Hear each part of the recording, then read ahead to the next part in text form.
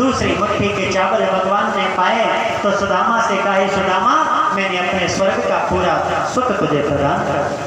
और जैसे ही तीसरी मुट्ठी खाना चाहिए कि आकर के रुक्मणी ने हाथ पकड़ लिया, प्रभु क्या करते हो, आज ब्राह्मण पे इतने प्रकट है प्रसन्न है कि सब कुछ दे।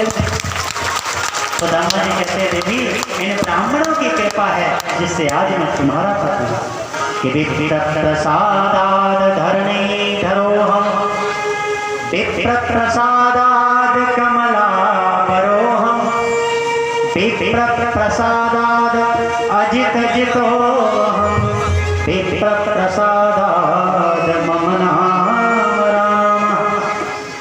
हे देवी, आज तुम कहती हो ब्राह्मण है, अरे वो भी ब्राह्मण था कि तुम्हारा पत्र लेकर के द्वारिका में आया, वरना तुम मेरे घर पत्नी बनकर नहीं आए। इन ब्राह्मणों की कृपा से मेरा नाम राम है, कृष्ण है, इन्हीं की तो कृपा है। बड़ा सुंदर भगवान का भाव।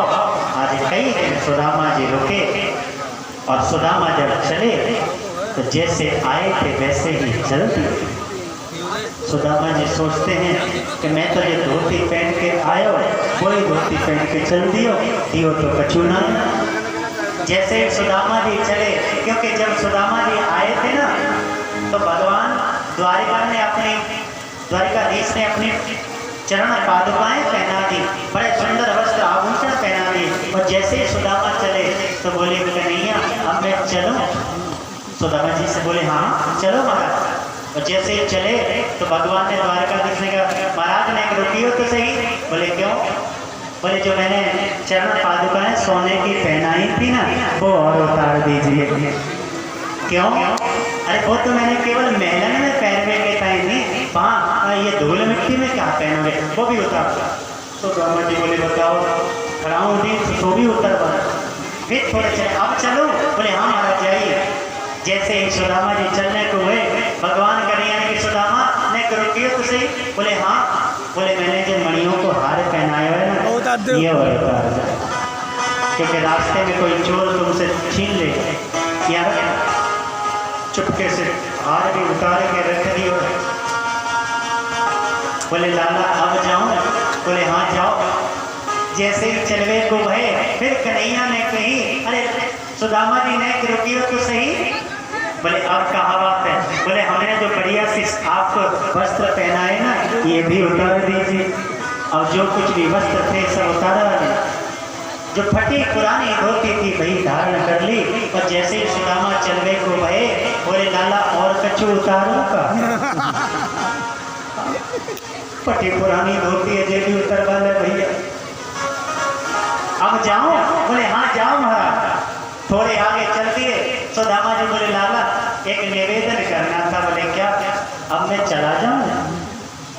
सोच रहे हैं कछु मिल जाए। भगवान ने कहा हाँ महाराज चलिए, द्वार तक पनार दियो। जब थोड़ा सा आगे बढ़े सुदामा जी बोले, देख लाला बहुत दिनों के बाद तू मिले हुए है, एक बार और मिलने की इच्छा है रही है, आज एक थोड़ा सा गले से मिलने, और अब तो जानो ही है, मैं चलो ही जाओ। हाँ महाराज जाओ। मिल करके फिर सुदामा चले।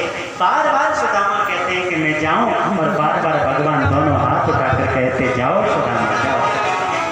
सुदामा जी भगवान का ध्यान करते करते कृष्ण कृष्ण कहते कहते अपने नगर के लिए चले गए। भगवान द्वार पर सुदामा को देखते रह गए। और जब सुदामा जी चले गए ना महाराज, मेरे द्वारिकाधीश ने सुदामा के चरणों की जो धूल पड़ी थी ना, उस धूल को उठा करके अपने मस्तक पर, उस धूल को उठाकर मस्तक पर। सुदामा जैसा त्यागी, सुदामा जैसा वैरागी संत कोई और कोई साधन नहीं है। इतना वेदज्ञ क्या होता है। सुदामा जी को विदा किया। सुदामा जी अपने नगर में लौट कर आए।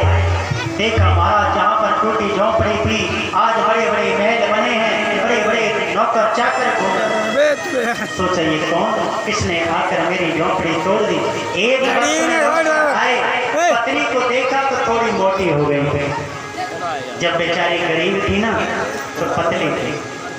आज एक वर्ष में सुदामा जी आए, धन वैभव मिल गया, सुख मिल गया तो थोड़ी मोटी हो गई। जैसे ही देखा सुशीला को बोले ये मेरी पत्नी भी नहीं।